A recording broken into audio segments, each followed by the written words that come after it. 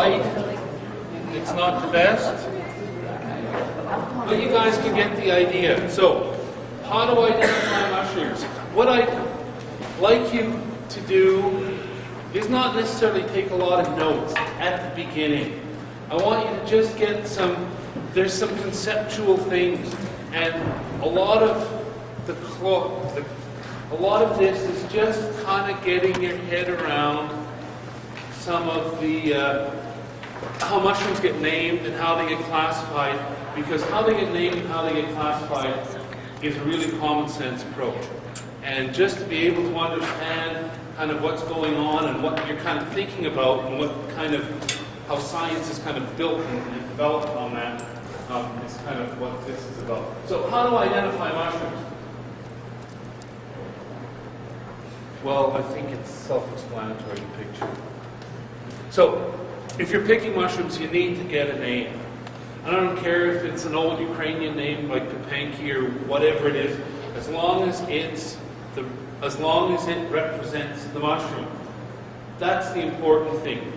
In a lot of cases, there's lots of name changes, and in fact, some of the things that I'm telling you is out of date, but that's in the date of this book, and it doesn't matter. It doesn't matter at all. It doesn't matter if the mushroom is a shaggy parasol, or a Macrolepiota rhacodes, or a Chlorophyllum rhacodes of what it is now, the mushroom formerly known as. It's kind of like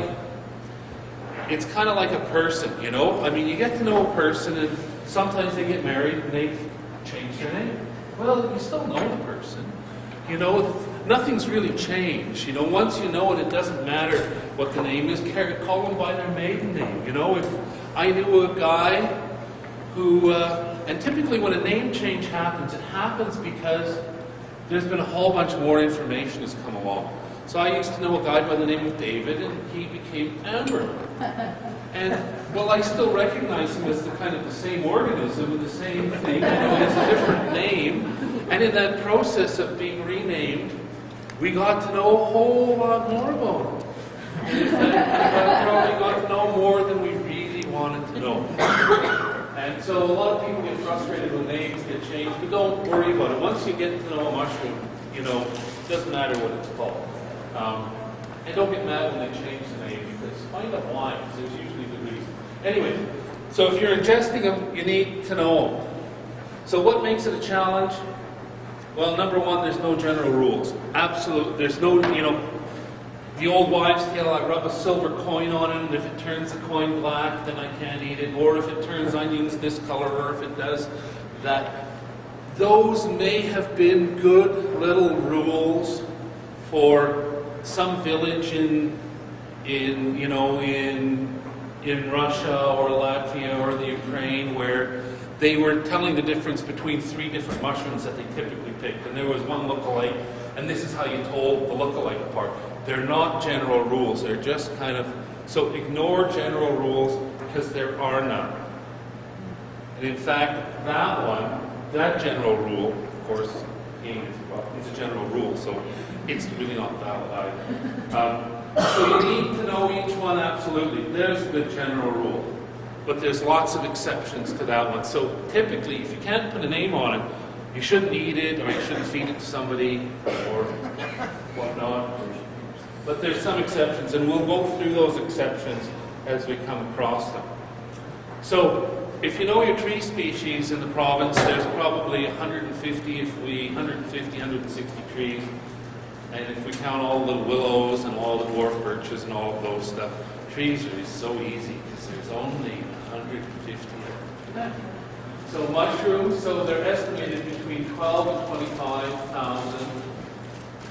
And typically, there's part of the problem with mycology. When they find one plant on surveys, typically you find 6 mushrooms for every one plant. So in life, you would think that there should be 6 times more mycologists than botanists. But alas, that's not the case. So that's also part of the problem. In Alberta, we probably have large fleshy fungi in the range of 6 to 10 to 12,000. So a lot of different mushrooms. And so this mushroom field guide, Mushrooms of Alberta, of Western Canada, or Mushrooms of Northwest North America, is the recommended field guide because it was written locally by a local person, and they looked at Alberta mushrooms, and the odd one when they went on holidays in BC and whatnot, it has our mushrooms in it. And there's 550 species of mushrooms in here.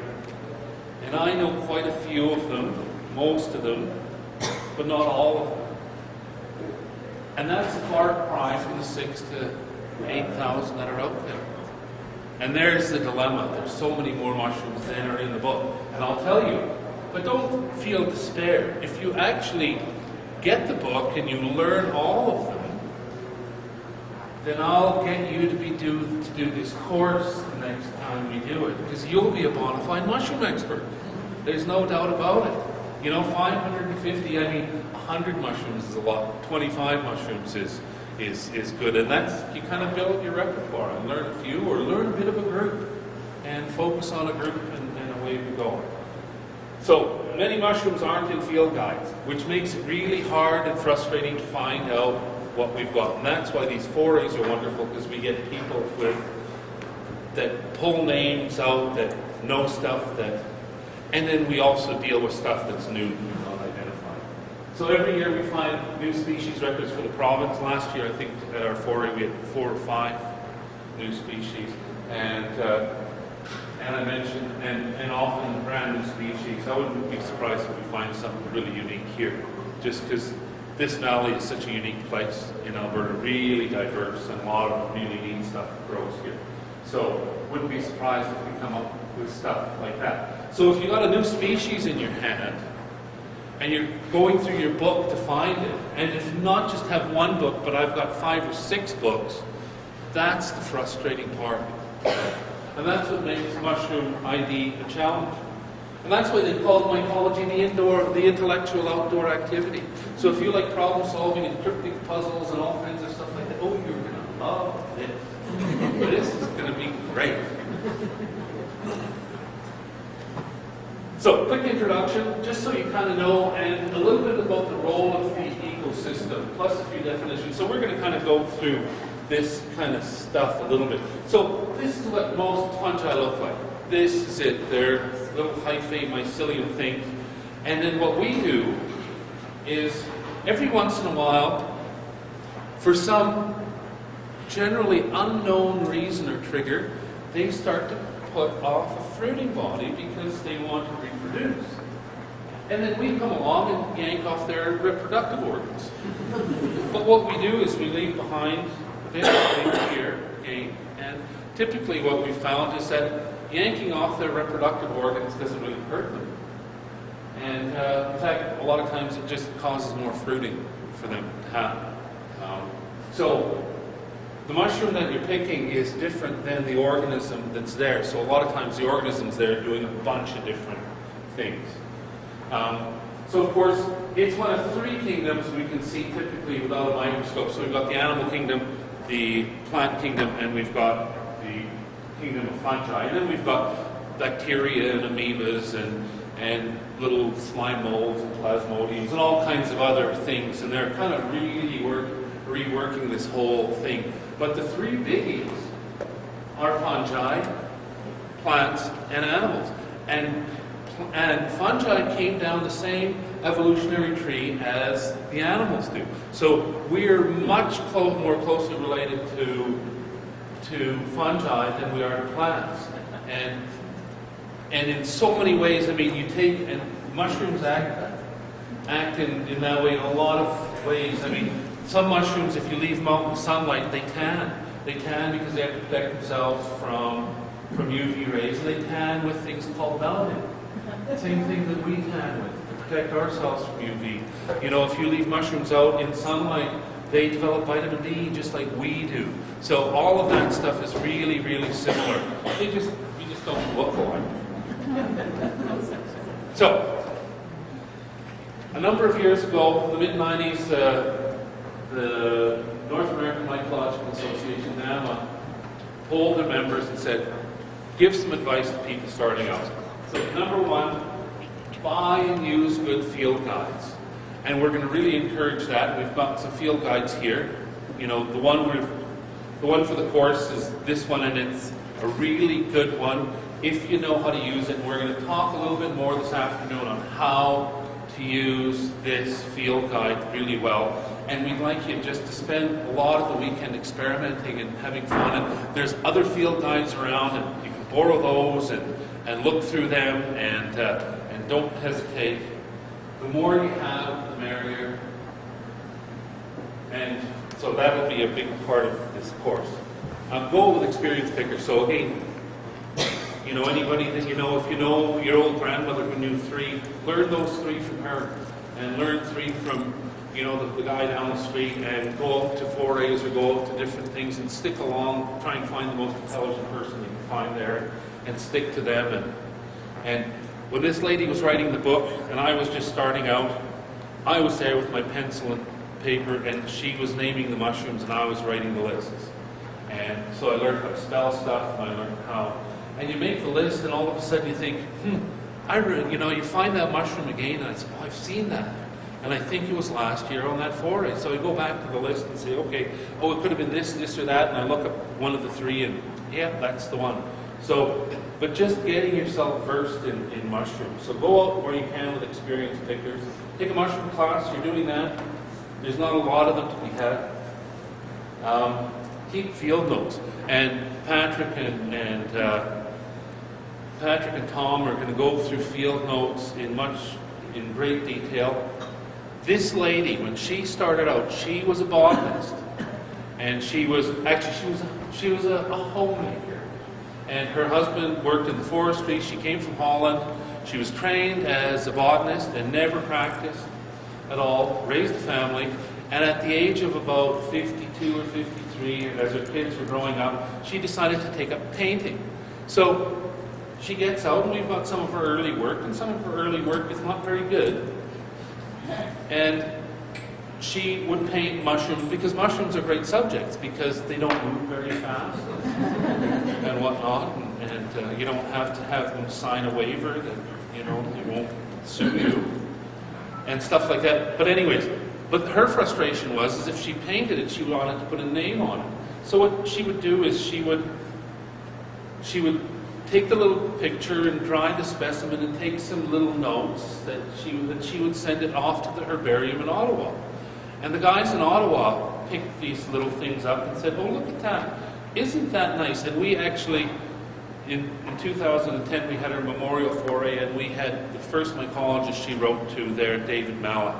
And he said, oh, I was so impressed. Somebody came along and actually drew the little picture and made really good field notes. And if I have somebody who takes that much time on something, I'm going to take the time to work on the specimen. And then what they did is they started looking, and they discovered that in Alberta there are no mushrooms, because they go through all the records in the herbarium and all the samples, because mushrooms don't grow in Alberta, because according to Ottawa, they have no record of them. And so she was the first person that came along and started to do these field records. I mean, there's a few other records, but very, very few. And what ended up happening is she got fairly good at art, and finally her work hung in the Museum of Natural History in Ottawa.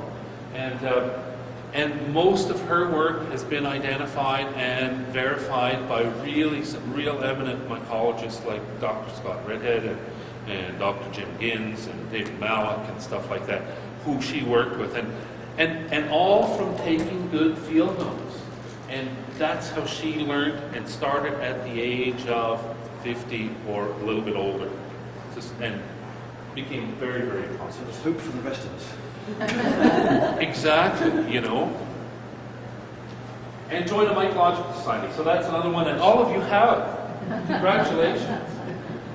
So, making sense out of the chaos. So a lot of times you'll find that maybe you don't understand, see that mushrooms are fairly chaotic, but you know, by the end of the weekend you might get a feel of that it actually is.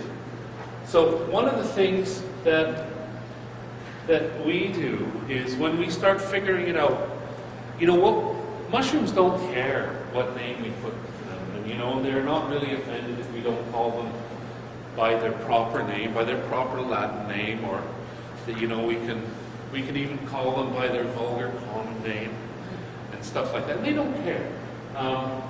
So it's just a purely human construct, the whole naming of mushrooms. And so imagine going into a grocery store where things aren't in any order. People have just, you know, the stock boy started and the first shelf that had space, he started putting stuff up, and, you know, and how in the world would you ever find anything in a grocery store? So what they actually do is they start organizing these grocery stores into different sections so that we can actually find stuff. And that's kind of what's happened with Fungal Kingdom. They've kind of organized it in a very human way. And most people are just very resistant to kind of deal with this human way of doing it. So as we end up going through, we end up, for example, on the condiment aisle. Well, that's kind of what we want to do with our mushrooms. We want to end up on the condiment aisle or a aisle of a group of mushrooms that have similar characteristics. Because then all of a sudden we've got the choice of getting them all together and starting to figure out what different things are. And as we kind of get to the right part of the store, then we focus in on, well, the condiments, because that's what I'm after. And as we go through, we found, oh, excellent. Here's what I've got. That's ketchup. That's what I want. Now I've got a whole bunch of different species of ketchup. I've got a whole bunch of different types. So I get to learn a little about which one do I want, which one's important to me. So I've got a whole different ones, and this is all of a sudden where we now are picking up labels and or books and or stuff and starting to look closely. But we're already in the aisle. And as we go along, we find weird things like, well, that doesn't look at all like ketchup. You know, what the hell is that? But it's the same. And so a lot of times when we're dealing with fungi, we get the same things. We get things that are similar. There's certain similarities to them, but a lot of times there's some diversity, because ketchup comes looking like that. Look at that. That's a fat, squat ketchup. That's not a tall, thin ketchup. Like, what's up with... But they're the same thing, or they're very close, or they're very similar. And then we get to these bizarre things as well. You know, and it's all ketchup. And so it's just, part of it is trying to learn to recognize where some of the similarities are and where the things are grouped. So it's kind of really important. And then we get green ketchup. Like, what the hell is this? You know, ketchup's supposed to be red, and we have somebody come along and tell us, no, that's actually not ketchup, that's something else. But anyways, yeah. So it comes in all kinds of shapes and forms. Just like, and that's the same thing you'll find with mushrooms. Like, this is the same as that. But when you start looking a little closer at it, and that's again why having somebody with a little more experience around, they can say, well, yeah, take a look here. Like when we're going to see honey mushrooms, we're going to see a ton of honey mushrooms, and people are going to say, that's a honey mushroom, but this is a honey mushroom. And they're the same things, and when you pick it up and you think, okay, I'm starting to see the little similarities. So that's one of the tough things in mushrooms, is kind of getting through all of those variations and changes. And then, of course, to read the labels, or read the descriptions. And the descriptions, if the mushroom you have just, well, it fits that description, except, well, gee, the spore color is the wrong thing. Well, you have a different mushroom. Some things don't change and vary, and some things you just have to stick to. Anyway, so using scientific names. So people resist this, and I resisted it. I didn't want to know the scientific names. I didn't care. I wanted to know if I could eat it. You know, that's what I wanted to know, and it was just that simple. And now, amazingly, I don't care if I can eat it anymore, because I know I can eat it. I can eat it all. Anyways, so using scientific names. When I decided to use scientific names, and the day I think I decided, I was reading some book on boletes, on Suillus, and they were saying, this Suillus, I can't remember which one it was, grows under Populus tremuloides. And I thought, oh, for God's sake. Now not only do I have to learn the stupid mushroom names, I have to learn the stupid trees too. And so I kind of gave up fighting and I learned. And one of the things you'll find in Lenny Shalkwick's book is, and I think that one of the reasons that when you go through all of these all of her descriptions, so flammulina, so means like a small flame. Because every time I had to write them down, I said, what does that mean? What does that mean? What does that mean? And she kept telling me all these meanings of the Latin words, and all of a sudden stuff made sense. Oh yeah, that makes sense. So this one, hypomyces. Hypo means on, myces means mushrooms. So this is a fungus that grows on a mushroom.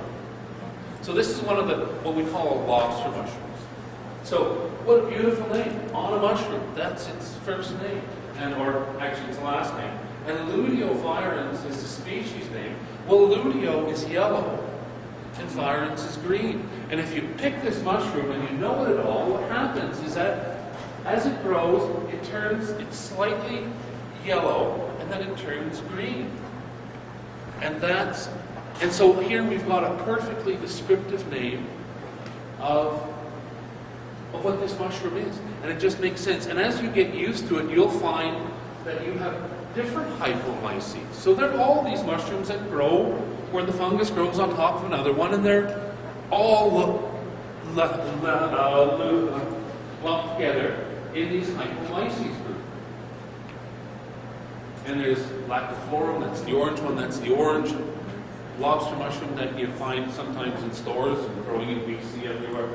Anyways, and ludio. You'll see ludio lots, you'll see Suillus luteus, and you'll see Russula luteus, and because they're all yellow. So once you kind of get used to some of those words, they'll come up again and again. Okay, that makes sense. Or virescens, or virens, green. So we've got lots of things. Rubra, red. Brevipes, that's the one Tom was looking for. Suillus brevipes. Brev is short, pes is foot. Short-footed mushroom. So it's this short-footed little Suillus. And we've got Russula brevipes, and we've got a bunch of other brevipes. We've got a Suillus pseudobrevipes. That's a false short. But but once you learn them, it just makes life so much easier. Here's another example. Phallus ravenelli. So, well, there you go. It describes the mushroom. Actually, we had another one over there. Melanie's inputting it. It's called Linus Tremulate. Well, this is the phallus. Well, Linus is a diminutive of that, so it's actually the little penis mushroom that grows on trees. Anyways, Ravenelli, whenever you see this, when you see the two eyes, typically that's named after a mycologist or somebody who deserves to be named after.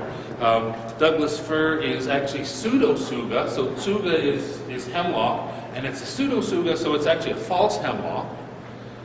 Menzies, and Menzies is the mycologist or the botanist that it was named after. I don't know if he actually discovered it, or he was just a British. Scottish name. Actually, Douglas found it, and he named it after Menzies. Anyways. You don't name stuff after yourself. Yeah, something like that. Anyway, so here's a story. I don't know if it's made up or not. So Ravenelli, was Charles Ravenel, famous American mycologist who lived in the States in the mid-1850s. And apparently there was a German mycologist who really didn't like him. And so apparently, and this phallus here, this Phallus ravenelli is actually a very tiny little So the story goes is that this German, his name was Wohler, ended up naming this mushroom after Ravenel, because whenever he thinks of a very little prick, he thinks of Ravenel.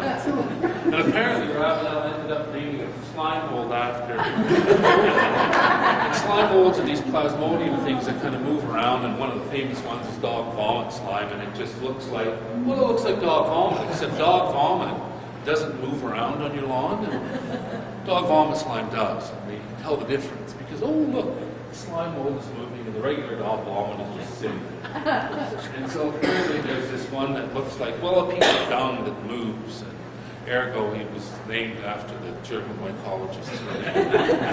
Anyway, so we honor some of our mycologists because they're neat stories and they're neat stuff. And I used to be annoyed at this at Ravenelli because I wished, well, give me something else, some other information. Well, until we found a new genera of mushrooms at the Lenschalkwick Memorial Foray, which is going to be named after her. So, and then all of a sudden, yeah, it all makes sense to me. So anyway, those are scientific names. So get to use them. And it doesn't matter how you pronounce it. It's okay. There's an armillaria, I pronounced it Sinapina. How did you pronounce it? I've never heard it pronounced before. So. Oh, okay, and you would have pronounced it? Sinapina. He would say Sinapina. But we know what we're talking about. And we don't care. I'm not offended that you're pronouncing it like that. No, yeah, that's fine. And I'll continue it unless he gives me a good argument why I should pronounce it a different way. So most people are threatened to use the Latin because they don't want to sound like an idiot.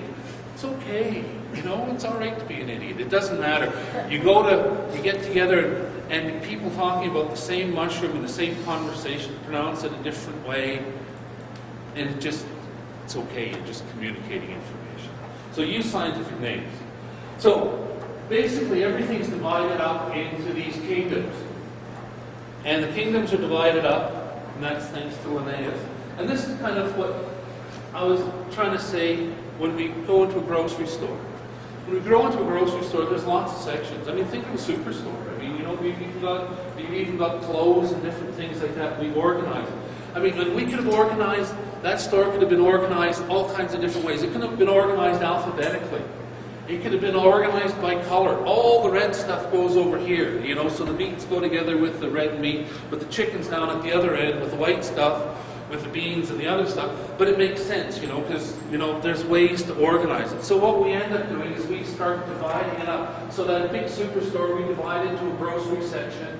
And in the grocery store, we've got a food section, and the food section can be divided up into baked goods and frozen foods and meats and all of these things. And we end up having a grocery department. In the grocery department, we find our chips and all kinds of different things and our condiments and whatnot. But we end up with a canned goods aisle where we've got canned fruit and canned vegetables and stuff like that, and beans and pickles. And we end up in the canned vegetables until we find the pea section. And we get to the pea section, and now we've got lots of varieties of peas. And those are our species of peas. So that's the way we live our lives as humans. We figure stuff out in this manner. And that's the way everything's been figured out in the fungal kingdom. And if you kind of go along in these things and learn these kind of groupings, then away you go. So we're going to quickly go through that. So for example, the Shaggy Mane is a Coprinus clematis. And it's in a group of Coprinus. There used to be lots of mushrooms in it. And now the mycologists have come along and decided that, no, well, actually there's only one or two Coprinus. Most of everything now has become Coprine Osis. When you hear Osis, and these things, glossaries are in the book and Latin translations, Osis means kind of like. So now it's Coprine Osis. So it's kind of like this old Coprinus, which are all these things that used to grow on dung. So they found stuff that grow on dung and they lumped it all together, and typically these things had black or dark spore prints, and they were in a group of mushrooms that had gills as opposed to pores, and the gills are kind of a fertile surface on the back of the mushroom, on the bottom of the mushroom, as opposed to a puffball, which doesn't have a fertile surface, or some other things. And they're part of a division called Basidiomycota, and we're going to touch on that right away. So, what I'm trying to tell you, this is stuff that you guys should you don't have to take notes or memorize this. This is stuff that you guys already know. And in general, it's really intuitive stuff. And I'm just kind of getting you familiar with with why it's intuitive, because it's such a human construct.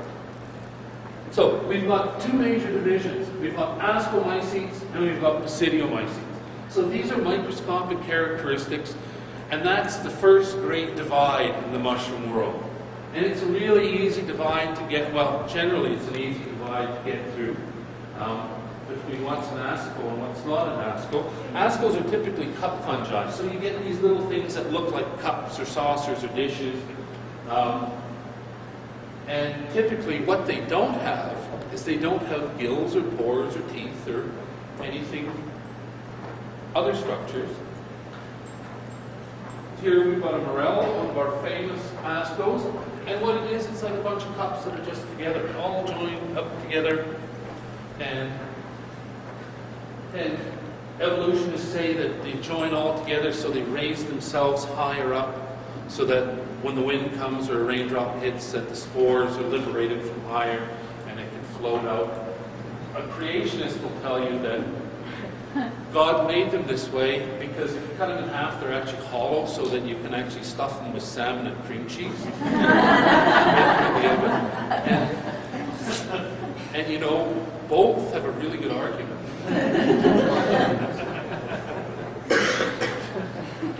We're going backwards. So Helveladra, another cup fungi. Well, here's a cup that's just done that. But again, the big thing is it doesn't have teeth, it doesn't have gills, it doesn't have any of those other things that we find typically with mushrooms. It doesn't have pores, tubes. So when it doesn't have that, you're thinking, that could be an asco. And then you go to the asco part of you. Then we have Basidiomycins. So Basidios stand on a little basidia or base. And on there, typically, there's four little mushrooms, four little spores that grow. Some actually grow 2 spores. But the big thing here is that these guys are gilled, pored, puff-balls, tooth fungi, puff fungi. That Hypomyces that we talked about earlier, that little lobster thing, the one that grows on the other mushroom, well, that's actually a little cup fungi that grew on a Basidiomycin. So that one had gills and it was a little cup. And how would you know that? Well, that one you don't see cups. Sometimes you need a hand lens to see tiny little cup-like structures. But again, once we've got that asco part of the Hypomyces, it doesn't have gills or pores or teeth or anything else. So if it doesn't have any of those things, you kind of default, oh, it might be one of these. So, Basidiomycins. So when we kind of go down, Basidiomycins end up breaking into a couple of different classes. Hymenomycins, and these are all mushrooms that have that fertile layer. So a fertile layer, that's where all the genetics or all the spores are created, and so it's just one of those things that you don't have to know. But what's starting to become interesting is we get agaricales. So agaricales, who knows agaricus? Agaricus is the big portobellas and all of those. They're the classic gilled mushroom. And in fact, they're the representative. That's why they're one of the first ones that kind of were noted, because they're around and they grow around people. So that's kind of the classic, and that's why all gilled mushrooms were agaricales. And in fact, when they first started dividing the kingdoms up, all mushrooms with gills were agaricus. That was their name. And then other people came along and said, well, hang on, that can't be right, you know, because these things have got some different characteristics, and they say, okay, you're right, you know. Brown spored ones can't be the same as white spored ones. Well, maybe let's split them apart, and we'll keep. But agaricus still ends up as an agaricus, because that was the first one that was named. So they're the gilled mushrooms, and lots of different gills. Then we've got Boetales. They're the mushrooms with tubes or pores. And that's our king elite right there, which actually we've got one on the table. It's in a little rough shape, but somebody found one yesterday. Very delicious edible. And we're going to be talking more about them tomorrow afternoon. And polypores. So there's another one with pores. But here actually we've got pores. With the boletes we have really more like tubes. And these guys are these beautiful, also known as chicken of the woods or sulfur shells, and they're really tasty edible unless you live in BC. They're not tasty because they grow on hemlock and some of the stuff like that. But here, very nice. And then we've got these aphilophorids. Actually, interesting here. A means not. Phylum means gills. Phylum. So sometimes we have these little, we'll see Tricholoma leucophylum. What does leuco means white and phylum means gill, so it's the white gill Tricholoma. And this means that it doesn't have that. So basically, this is a group where they lumped all the stuff together that doesn't have gills or pores or tubes. And we have stuff like these hedgehogs, which are little tooth fungi. These ones are actually being moved off to the Chanterelle family because, well, they're actually chanterelles in disguise. You know, everybody wants to pick chanterelles, so these guys disguise themselves because chanterelles are really tasty. But hedgehogs are really tasty too. In fact, they taste just like chanterelles. They're sweet, and when you cut them open, they're kind of the same color. And they usually don't get buggy like chanterelles. And they usually hang around a long time in the field. They don't rot, just like chanterelles. So in every which way, they're a chanterelle, except they got these teeth instead of these kind of wrinkly gills coming down the side. So the mycologist came along and said, hang on, we're changing the name of this. They haven't changed the name yet, but we're changing the grouping. It's now in the Chanterelle family. And you go, no! But actually, it's given us a whole bunch more information about it. And it gets us to recognize the mushroom and how actually tasty and delicious it is, because it's really a souped up Chanterelle. That's what that guy is. So, lots of clubs. They're in the group. And here's one of these kind of chanterelle-like mushrooms. We don't have chanterelles, well, we've got one chanterelle in Alberta. So this kind of has wrinkles or folds on it. One of the peaks here is a really tasty little guy. Actually a big guy. Pretty big mushroom. So those are those Hymenomycins, these things with you know, these fertile spore layers. And then we've got a bunch of mushrooms that are these gastromycins. So here the mushrooms are enclosed, or the spores are enclosed. So it's a puffball. So for example, that's a gastromycin. We've got all kinds of different ones, and we've all kinds of different genuses. So we've got Albacia and Lycoperdon.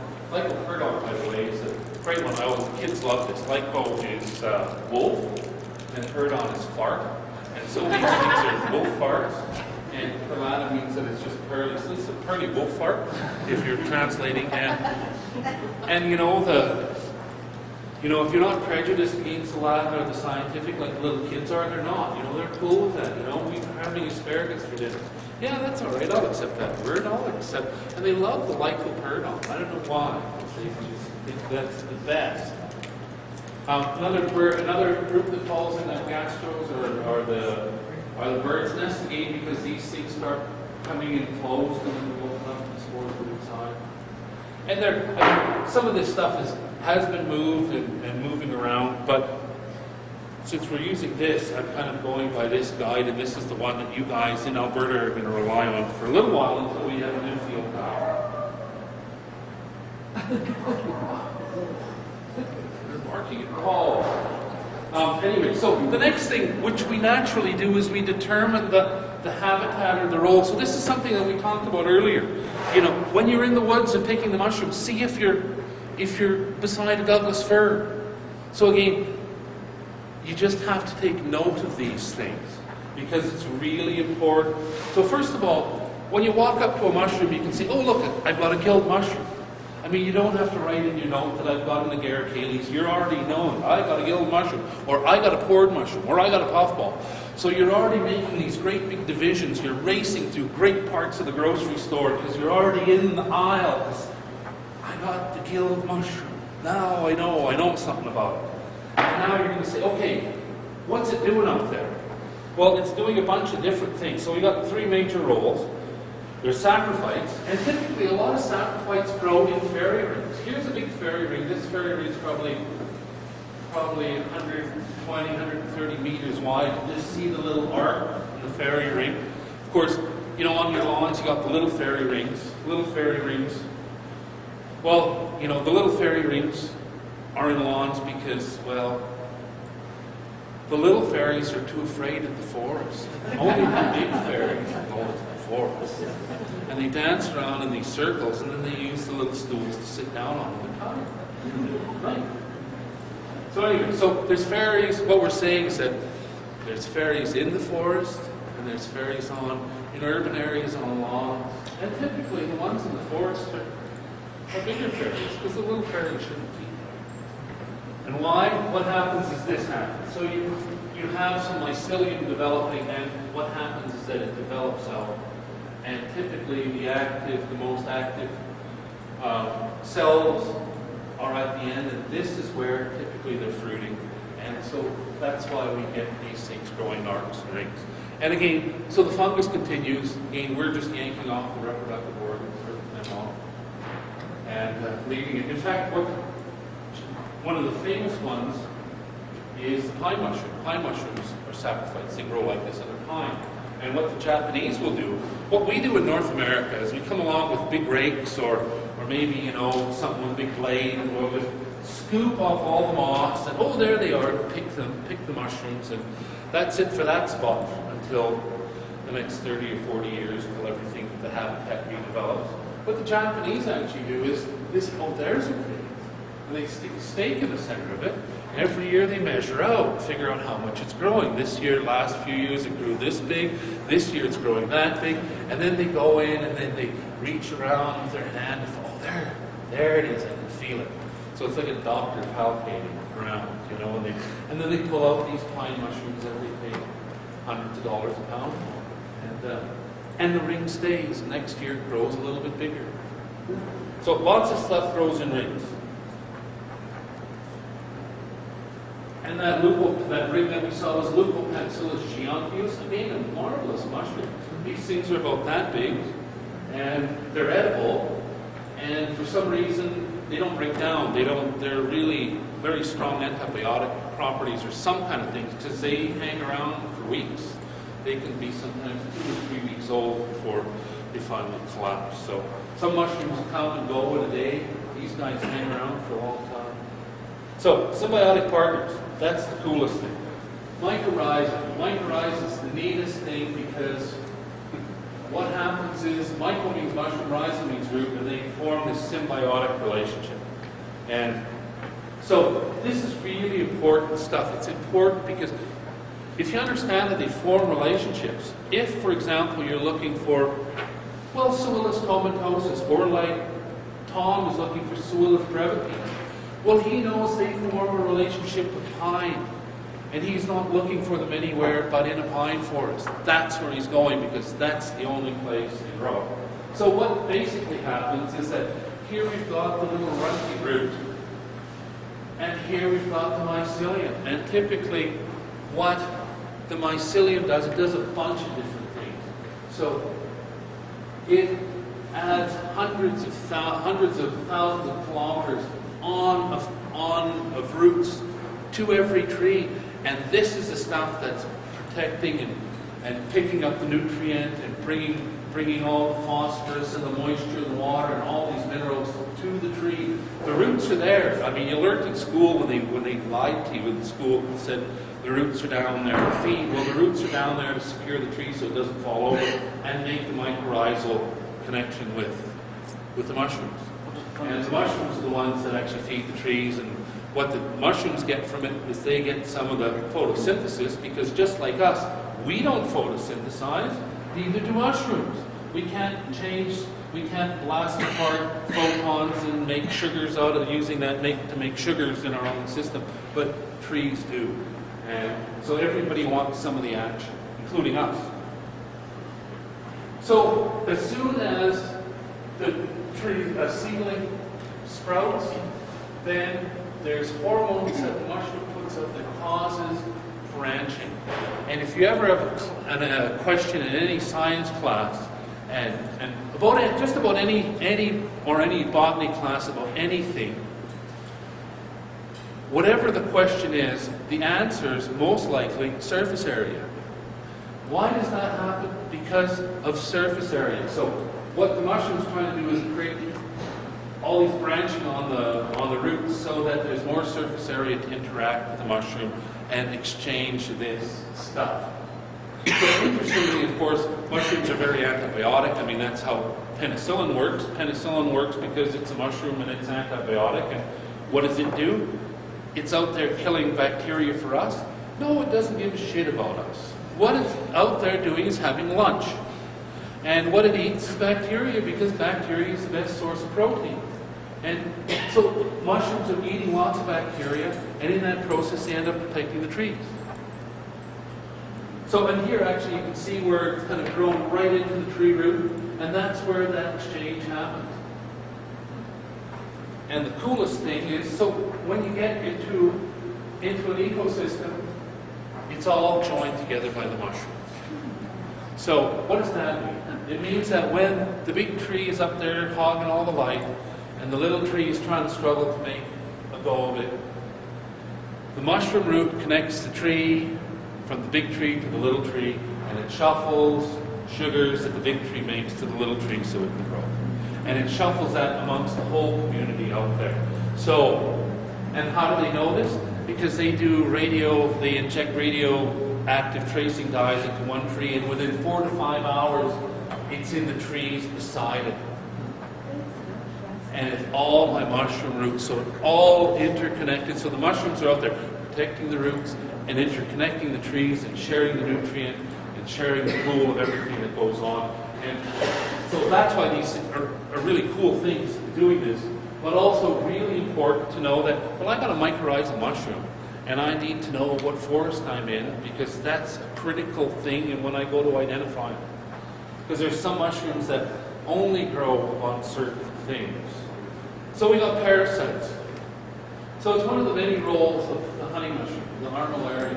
Armillaria is hated by foresters because foresters, well, I won't say they don't know something. Well, they don't know. They don't know something. They know a lot. They don't know about honey mushrooms. So honey mushrooms, they hate them because it kills so many pine trees and conifers. And it plays such a critical role. After a fire, typically, you have the pine cones release and reseed to the tune of 80 to 100,000 seeds, and actually more seeds per acre. And typically what germinates is about 80,000 trees per acre.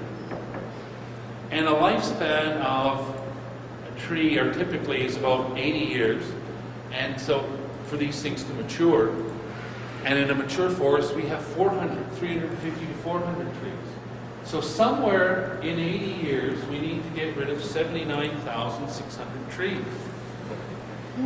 Enter the honey mushroom, which does a big chunk of them. And so it's really important. And not only that, all these little trees are great, because what they do is all the little trees catch up all the nutrients, suck it all there, and they preserve it until something along comes and kills it and recycles this little tree, so the nutrient doesn't flow off to Saskatchewan or even further east. Like that. So we keep our nutrient in a lot of stuff right here. So they play really important roles. And again, very specific on what they grow on. So what's it growing under? It's very important. Is it on wood? So here we've got one growing on wood. Actually, this is wood that's covered with moss. And this is one of our cup fungi, one of our ascos. And actually, it doesn't really look like a cup. It looks more like a dinner plate. You can include anything that looks like a piece of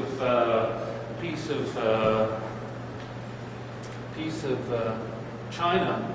Could be an ascomycete. Not just a cup, it could be a bowl, it could be a plate. Is it growing on another mushroom? Important information. So we're taking note, so we're finding out it's a gilled mushroom and it's growing on a piece of wood. Really important things. Those are notes that we need to take. It's really important to identification, because that's what brings us again into the stores, into the right part of the store. And spore color. Spore color is the most important thing. So here we see the mushroom as it evolves, as it ages. This is the same guy. So this is an agaricus, one of the portobellas.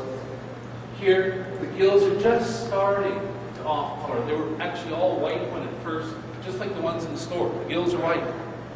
Well, they're dark. The store-bought little agaricus are the same as the portobellas that you get with the dark brown gills. It's just that the spores haven't developed. So as they develop, they have that pinky hue, and they end up having this dark brown, chocolate brown spore print. So we're going to make a whole bunch of spore prints, and we'll start doing that this afternoon when we go back and get some specimens. And typically, they're a really important thing. They're the first question. When you have a gilled mushroom, what's its spore color? That's really, really important. So what you do is you make a spore print, which we slap the mushroom on a piece of paper cover and wait. But if you're lucky, what you can do is you keep your eyes open, you can find that there are spore prints already. Here, this is this Gomphidiosis or Progolphus is a little bit sticky on the stalk, and you notice this one has no black on it. Well, this one does, because it's matured enough to deposit its spores, and the spores are black. So we've got a black spore print, and if we pay attention, we can get a lot of that stuff. Here's a little Chanterelle with the white spore print, because there was another one on top. Here's Tricholomovaxine. Sometimes they spread out so many spores, they dust the whole ground white. You find a lot of that with Leucopaxillus. Leuco being white, so it's a white paxillus. And we'll talk about some of those things. And then we need to determine the gill attachment. Really, really important. So here the gills are not. I got a call that this guy here was actually from Al Fleming. I found the Agaricus Augustus. I found the prints. The most delicious of all the Agaricus, of all the porcini. Absolutely fantastic.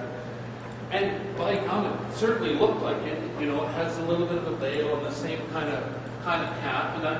But I'm looking at the spore color and I'm thinking, yeah, it's a little too gray. It's not really brown enough. And then you look closer, and we know on all of our agarics, what they have is they have gills that are free from the stalk. And if we look here, it kind of looks like it's free, but the gills come back up and they actually go down the stalk, and we kind of see that here.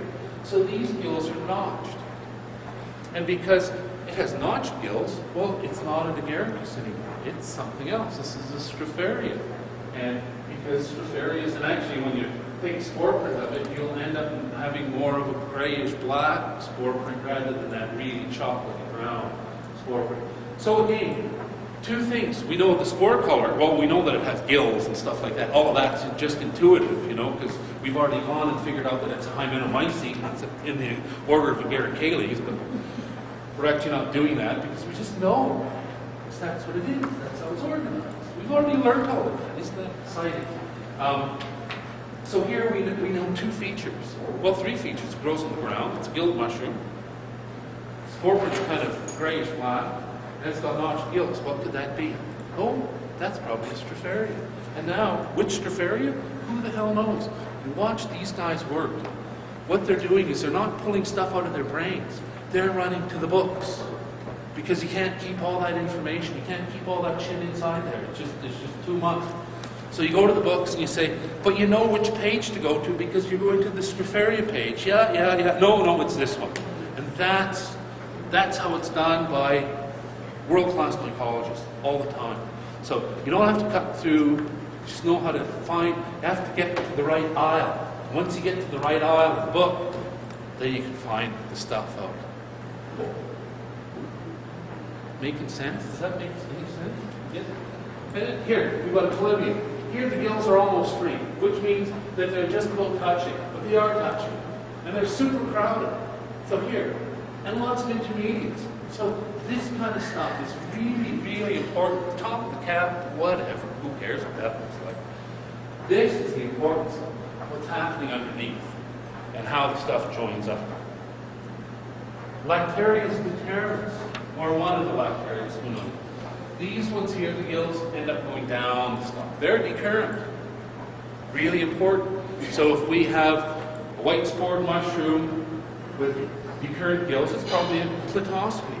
If it's a little guy, it could be one of the Zoronphilinas. Or if it's brown spored, it's probably a Paxillus. So, but you kind of get to know them. So you just need to know like a dozen things in general, and then you get to the right book, and you get these little combinations, and that's typically putting it together. So, for example, here, let's quickly put it together. So here, we got this gill mushroom growing on the wood. We know it's a Hymenomycin. We know it's an Agaricales. And, well, which one? So it's growing on wood, okay. Spore color is pink. And how do we know that? Well, we actually have taken a spore print. But a lot of times you get a little bit of a hint on it. Once the mushroom's a little older, like if you kind of gaze up into it, you see just about this. Can you see the pinkness in it? I mean, it's very light, but it's just there. And actually, if you kind of stare up into the gills, you see that hints of pink. For God's sakes, don't eat the thing, because you think you've seen pink. I mean, take the spore print. But if you're going through the identification, you say, oh, I think this is pink. I'm going to go down the pink aisle, and we'll head down and see what we can find. And the gill attachment is free. So here it's at, the gills don't touch the stalk. And when I've got those three characteristics, I have a deer mushroom, a Pluteus. And they're all edible, for those of you who are interested. They're not great, but you can eat them all. They're fine. So here, we've identified something, the genus, now figure out which one it is. And yesterday, and that's one of the things that we were talking about, is that there's so many of these Pluteus cervinus, these deer mushrooms, which is growing there, that there's actually a whole bunch of different ones. And someday someone's going to bust them all apart. We're going to not have the deer mushroom, we're going to have 10 different mushrooms. But we'll know something. You're so excited. Step 5. So those are the big things. The big things. What's the gill attachment? What's the spore color? Where does it grow? We're putting it together. So, and then we're starting to look a little closer. Is there a veil or a ring? Well, in this case, on this Amanita muscaria, yeah, we have veil or ring, and there it is. Sometimes we have bits of the veil stuck to the cap. Sometimes, sometimes we have all kinds of different choices when it comes here. So, this Lepiota species, here again we've got, sometimes it's a bit of a really thin veil, sometimes it's a snotty veil, sometimes it's all kinds of different things. But it leaves this little ring, and the point of all of that stuff is just protecting the gills and the spores while they're developing. So that's an important characteristic as well. So does it have one? Well, if it's not, then it's something else. If it does have one, you also all of a sudden open the possibilities. But in this one, the spore is white, and the gills are free, and white spore mushrooms with free gills are things you should watch out for, because that's our most deadly poisonous stuff.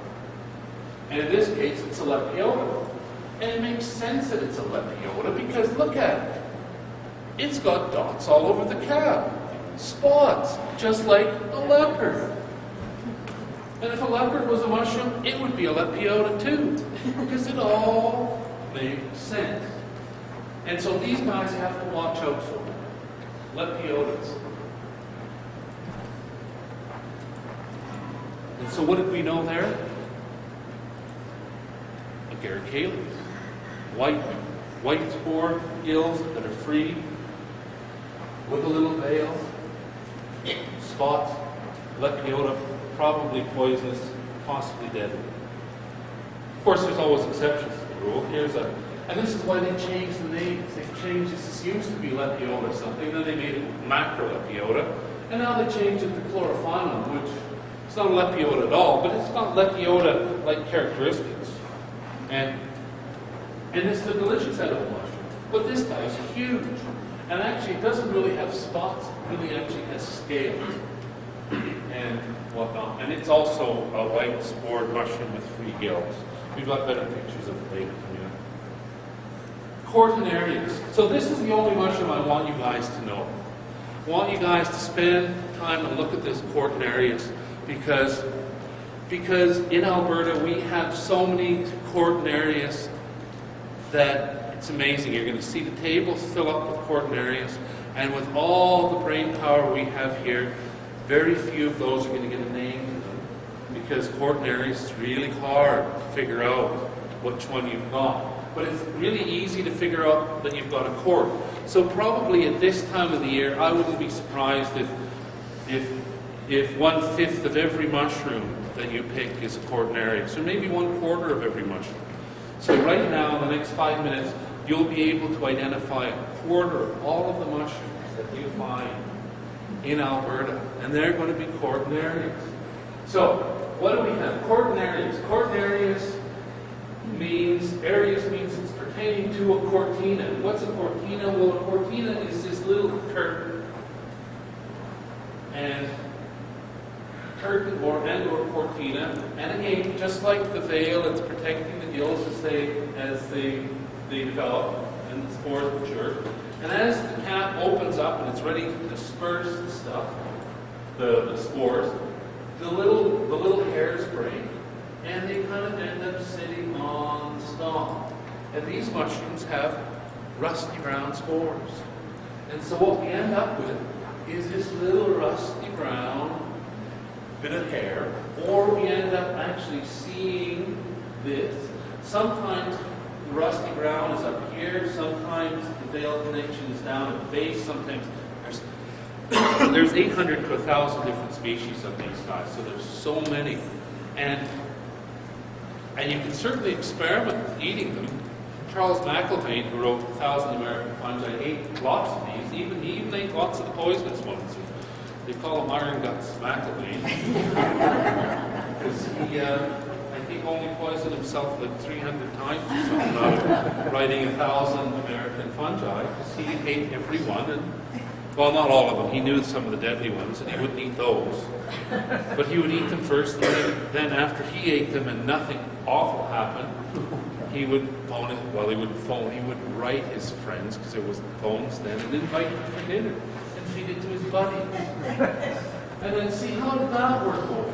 Well, okay, this is an edible mushroom. And in his book, there's lots of things that he marks edible and delicious, which are awful and terrible, and probably poisonous and shouldn't eat. And many of them are Cortinarius. He used to make lots of Cortinarius-style ketchups. That was his favorite. But there's very few, there's a few species in Cortinarius that are really deadly. If you've heard of the horse whisperer guy, the author, he poisoned himself picking a Cortinarius. He ate a Cortinarius rubellus, and a Cortinarius rubellus has got these toxins that knock the kidneys out. And what it really knocks out is the neogenesis of kidney cells. So kidneys kind of replace themselves every 3 weeks. So what happens is you eat this mushroom, and your regular kidneys are fine, but it's the new kidney cells that are getting compromised, and they're not redeveloping. So now, 2 and 3 weeks later, you end up with having kidney failure. So today is what? The 30th. Today is the 1st. So remember August 10th? Remember what you had for supper on August 10th? That might make you not feel good today. So, if you're writing murder mysteries, this is the mushroom. But what the amazing thing is, so I'm talking about walking through the woods and making these decisions. Oh, look, I've got an agaricales, I've got a gill mushroom, or I've got a boletales, I've got a bole. This guy was out picking king boletes. And in picking king boletes, which are poured mushrooms with tubes and stuff like that, he came home with these and fed it to his friends and family, and all of them were hospitalized. 3 of them had kidney transplants. He had a kidney transplant from his daughter. And he was picking boletes, and he's an experienced mushroom picker. So, so you need to look. What do I have? I've got a gilled mushroom. It's different than one of these is not like the other. So you pay attention. And that's the thing. So Cortinarius. Here's another Cortinarius. Here's a young one. Ooh, look at that. Look at that Cortina. And actually, if you get close, you can even see the rusty brown spores starting on top there.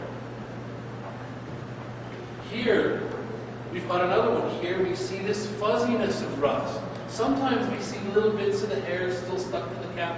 with little bits of fuzziness there. Here we see the young one with the cortina closed. This one's slimy. Some of them are slimy. Some of them are slimy all over. Some of them are slimy on the cap. Some of the ways you start to identify them, like if anybody wants to take on Cortinarius and just, I'm going to take that on as a personal challenge. You know, I'm going to learn chords and I'm going to... AVS Media Demo. You know? And so there's little characteristics. You taste them and you smell them because you've got interesting smells, and you have to use some chemical reagents on them. Sometimes UV light, you know, they fluoresce in UV. But AVS Media Demo. Slime, you know, so is the slime bitter? If it is, then it's one species. If it's not bitter, it's another species. It's just that simple to tell it all apart. So, yeah. What's the difference between the casino and the... AVS Media Demo. Is it very obvious? It's very obvious, and you'll see that. So pay attention to it, and here's another one. So here's another one here. We've got a more bulbous base, and here we see a really heavy ring. AVS Media Demo. Sometimes it's really, really light. Sometimes you have to look closely to see that it's Cortinarius. But once you learn this Cortinarius, like I said, now you know 25% of all the mushrooms. You've got the genus. AVS Media If you Demo. want to become an expert and find out which ones you can actually eat, you can. There's another one. A lot of these quartz sometimes have these big wide gills. They're really pretty mushrooms. So Cortinarius. AVS Media Demo. Here. On that page. And the Spore Color. Sometimes you get one that's just about bright orange. You get bright orange spores growing on wood. It's a gymnophilus. So here's the only, well, this is residing. AVS Media Demo. Patrick will correct me, but he's very polite. And he's not correcting me in all my errors. He would say, well, no, actually, this is now a Cortinarius caparetta. They changed it. I choose to call it Mycelium caparetta because it's a little bit different, because it doesn't really have... AVS Media Demo. Though the DNA tells it it's actually very close, it's actually really cord. But here it's got this little ring, and the ring slides up and down, and it's Rhizaides, and so I'm calling it that still, or I can call it the gypsy mushroom. Nobody would be upset. AVS Media Demo. Gypsy mushroom, and eventually I'll call it the mushroom formerly known as Rhizaides caparetta. That's what would be my name for it. And that's one of the only absolutely delicious quartz, and really easy to identify. AVS Media Demo. Really boggy things that has a rusty brown spore, and we should find some just across the road here in the Incline Preserve. And again, the ring slides up and down. So, anyways, so also really important. AVS Media Demo. We were talking earlier. Pick the whole mushroom, dig the whole thing out. Because we need to know what it's growing out of. Does it have a vulva? And so, if it has a vulva, and if it has free gills, well, and if it AVS Media Demo. and if it hasn't failed, then it's one of these deadly amanitas, or potentially deadly amanitas, or it's an amanita. And these are deadly mushrooms. We don't have very many of these in Alberta. We've got a couple of amanitas out on the table. We've got AVS Media Demo. which is a little bit different. It's not deadly. I mean, it was deadly to a guy in Seattle because he had eaten it, and soon after he had eaten the mushroom, he was shot by police because of the high that he was on. AVS Media Demo. That made him scare you. And so, well, it's not deadly in itself, but you know that piece. What? Anyway, so these are things that you need to. So if you come along and you lop it off here, you don't get that critical thing. So AVS Media Demo. when you're picking for the table and for what you're eating, there's a difference between picking for identification. When you're picking for identification, you take your little bag, your little wax bag, you dig the whole thing out, make sure you have everything, you tuck it in with some AVS Media Demo. information, you come back and you scrutinize it, you pour over the covers and you figure out what you've got. Once you know what that is, well then you cut the end off in the woods and throw it there and let the squirrels or bugs finish eating it, and you clean it up so you don't have to clean up all the mushrooms that you're actually bringing home. AVS Media Demo. But for identification, need to get down and pick the whole thing, really critical. So then we get to other things which are kind of less important. Determine the stalk position. Well, you can go through all of these things. AVS Media Demo. Oyster mushroom that's got a long stalk on it. Well, you don't have an oyster mushroom because it doesn't have a long stalk. It's got a lateral stalk and next to no stalk because that's what it does. And if you find something that, look at the oyster mushroom I have. AVS Media Demo. Oyster mushroom, if it's got a long stalk. So, cap shapes, again, those are different things, that we look at. But those are kind of secondary. Those are the things, we're getting into the smaller details. AVS Media Demo. We've got to the page, we've kind of said, all right, it looks like it's this one, and now we're going through and reading some of the finer details when we're getting into the little stuff. So here, Syllus umbenatus has an umbilical. AVS Media Demo. Syllus umbenatus has pores, and it has a snotty veil. And it's a very insipid tasting mushroom. I make a quite interesting, what I call AVS Media Demo. It's fairly, well, it's not bad. These things can up beautifully, and there's tons of them. Tons and tons. Bacterias. So here we've got a little bit of a funnel-shaped cap. So AVS Media Demo. for the elbow, here we've got a characteristic cap with the opposite cap. And lactarius, of course, lactarius means that it lactates. So again, it means that it exudes a latex. AVS Media Demo. Getting little bits of, I think it starts out white. Yeah, it starts out white and then it turns purple right away.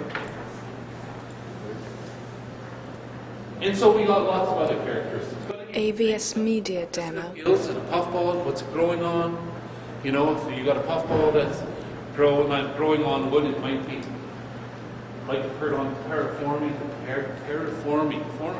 form, shape, pear, the pear shape. AVS Media Demo. Pear shape goes like a pear. And then we start narrowing it down to other characteristics. Here again, we see this Gomphidius glutinosus, which had a veil of snot, and here the AVS Media Demo. and we're seeing the snotty black spores stuck to the slimy veil. And if you cut it in half, it's bright yellow inside. And so it's the sliminess. And a lot of times with sliminess, things are slimy. AVS Media Demo. Figure out which one is something we got. Because with slimy stuff sticks to the cap. And with dry stuff, it doesn't really stick to the cap because it falls off. So a lot of times you got lots of stuff stuck to the cap, even though it might not be slimy at the time when you're reading. AVS Media Demo. The book says the cap's slimy. Well, but look at all the stuff stuck to the top of the cap, and it probably wasn't slimy. So, Russulas we know by their brittle consistency. David Aurora in his book says you take a Russula, AVS Media throw it Demo. against the tree, and if it shatters into a million pieces, you got a Russula.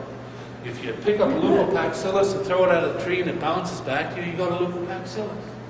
Because they're big rubbery things and they don't come apart and whatnot. So again, all of these things are little characteristics. AVS Media Demo. We're going to take some Russulas and we're going to feel them snap. We're going to feel them snap and we're going to feel, you can actually hear them snap. That's the characteristic of a Russula. And you get to know Russulas. Russulas are a good bunch to get to know. AVS Media Demo. With Russulas, the two things that are critical on Russulas is you have to taste them. And it's good to, and you have to taste a lot of mushrooms. And when I say taste them, I don't mean eat them, I mean you taste it and you see what it tastes like. And AVS Media Demo. You've got these little brown mushrooms that grow on trees with kind of a fairly reddish, orangey spore print. And you taste them and they're really bitter, like unpleasant. AVS Media Demo. Oh, I got a Gymnoculus. And it's not an edible mushroom, but I have a Gymnoculus and you know, it's not edible, might be full of psilocybin, in other intoxicants, but they're certainly not magic. AVS Media Demo. So those are things. So that Ginopolis bitterness. With russulas, you have to taste them.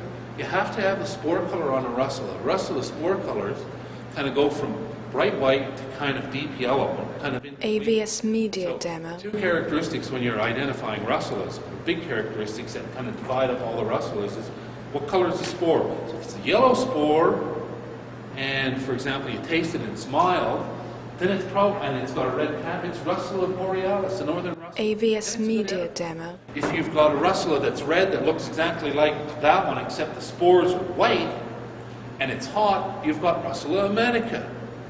And that gives you some serious diarrhea. And you taste it and it's just like biting into a habanero. AVS Media Demo. I get that hot burn and I spit it out. And some are just slightly, some it's like I punched on a little bit of a black pepper. Oh, that's just slightly hot.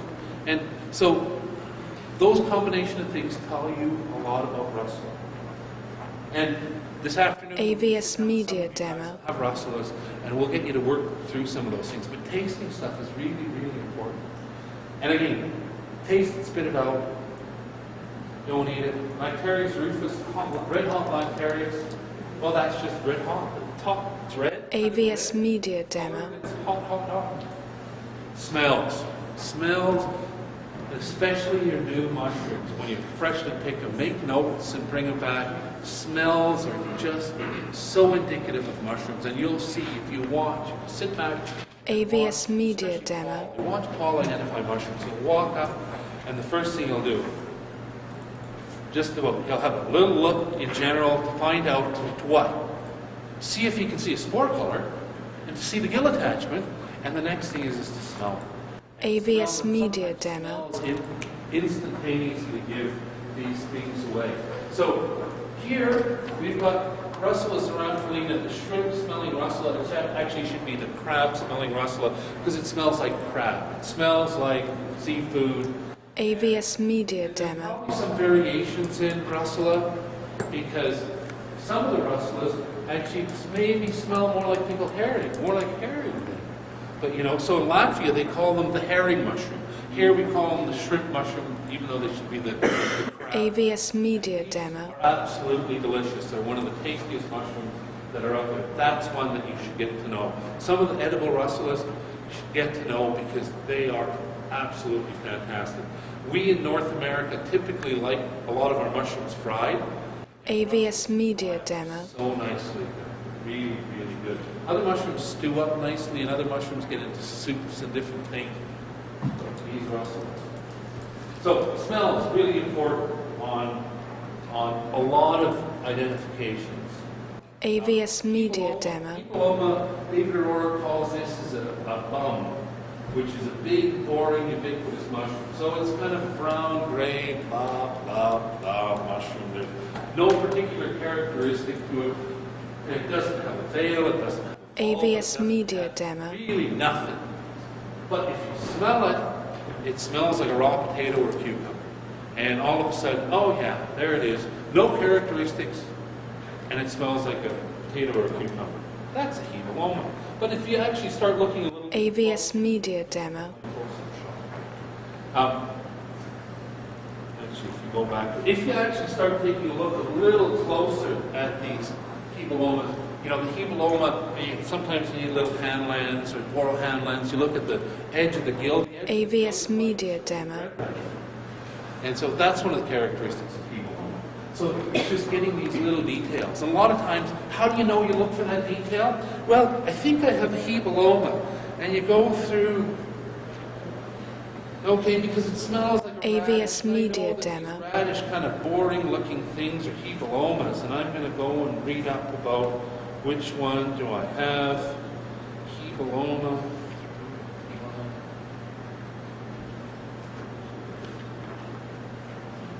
AVS Media Demo. Gills, pinkish buff at first, adnate, so kind of broadly attached, and serrate edges. Serrate means, so I look, what the hell is that? I look in my book and serrate, like a bread knife. So then I look. AVS Media Demo. That's exactly what it is. So a lot of times you get these big generalities to kind of get you into the thing, and then you start reading descriptions, and then you go back, and the thing goes and says, look closely, see if you see that. And you let the mushroom book guide you AVS Media to look at Demo. all of these little things. So, you know, one of those things I've memorized, I know in the field, I'll take a look and say, oh look, I know it's a hebeloma. It's got the serrated gillage. Discoloration of flesh. So lots of things discolor. So AVS Media Demo. Morel, when you cut it in half, it turns black. Here's this macrolepioidal coatings, or this chlorophyllum that they're calling it now. This great big lepioidal looking thing. It's actually the shingles rather than the dots. So the interesting character, AVS Media Demo. white sport, free gill, which should make you be a little more cautious. But as soon as you cut it in half, it turns brown. I mean, and you watch it, it turns this red brown in front of your eyes. Like, you know, cut it, 1, 2, 3. AVS Media red Demo. and brown, and you watch it happen. And so that's the one characteristic that'll give you this mushroom. And again, and how do you know that? Well, you go through the book and you get to it, and then if you still don't know and you get to the point, AVS Media Demo. watch it.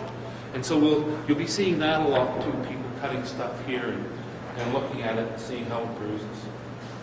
And growth habits. So does it grow in groups, does it grow in clusters, so there's all these different things. Actually, this one I should have had under smells.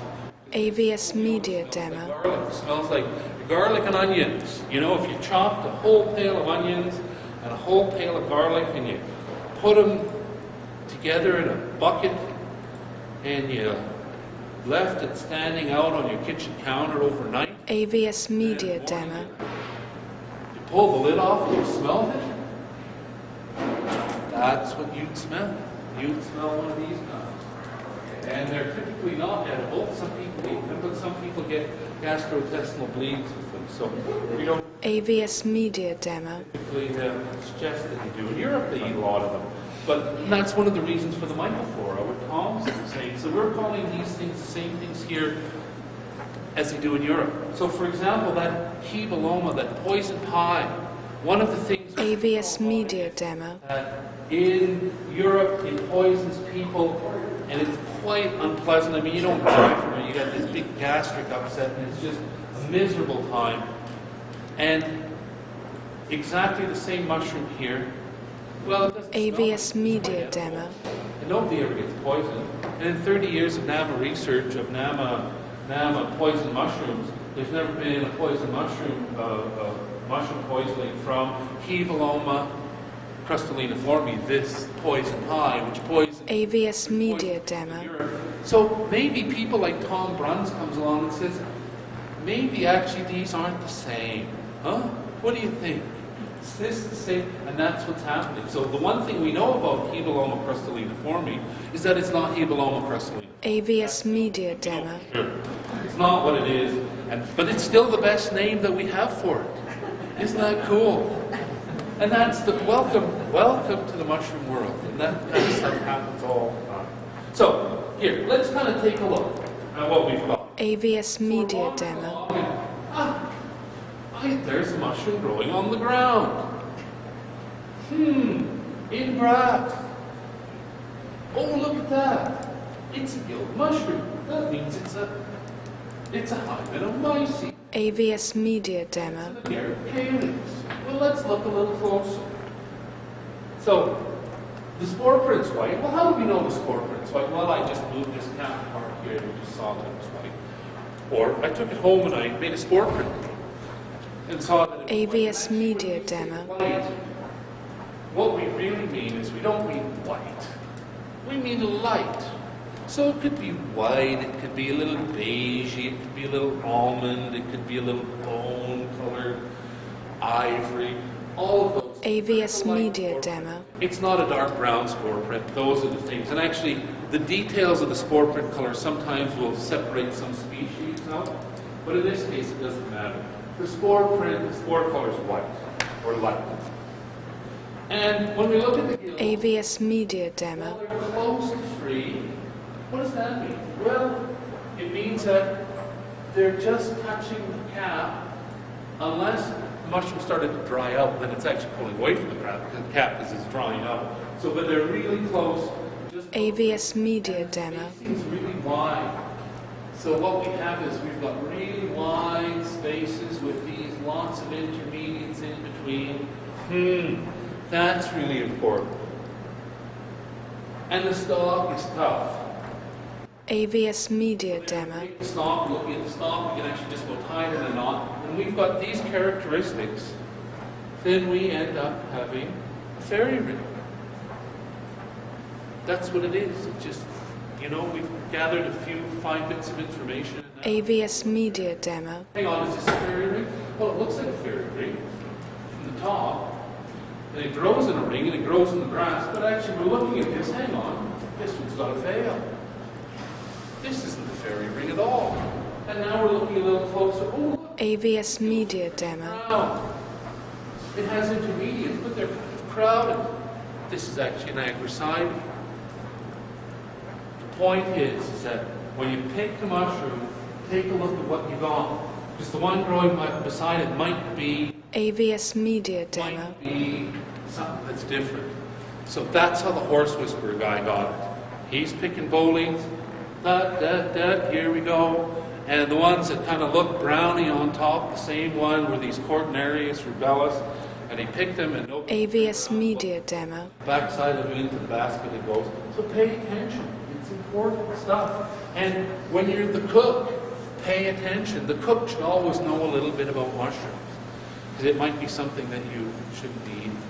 Especially if you're cooking bolines. AVS Media Demo. Oh yeah, little brown mushrooms. So there's lots of little brown mushrooms. If you want to find a new species, focus on little brown mushrooms. And typically they're called LBMs, and there's about a bunch of... AVS Media Demo. The thing about little brown mushrooms is that, well, not all of them are little. Some of them are big in size. And when you look at like these ones here that I have illustrated, these little brown mushrooms aren't even brown. AVS Media Demo. Lots of these little guys, and you know, they're tough. So as you're starting out, try and avoid those. So when you're in the woods, you know, when you see all these little brown ones, I know sometimes when you're starting out and you're excited, I want to pick every one and look at them. AVS Media Demo. Some of them little ones, you know, maybe bring one little one home to just, you know, have a little chortle at yourself. And say, I'm going to amuse myself with seeing if I can figure out this little one. Problem with little ones that dry out so fast, hard to get. And those are the ones. AVS Media Demo. Big ones you'll find in the book. The little ones, I mean, she actually is one of the few authors that actually did little ones, some little brown mushrooms, so she's got some in here. But, okay, so what time do we have? AVS Media Demo. 11:14. Oh, this has been going very good. So here's the end, the start, or maybe the start, maybe actually the start at the end. Why don't we stretch for AVS a few Media minutes around the Demo. washroom? I need to get a little bit of water, and then we're just going to go through a few picking tips, and then when we're going to go out this afternoon, we're going to go out and pick some mushrooms, and then we're going to come back and we're going to start dealing with them. And I just want to go AVS Media Demo. when we come back.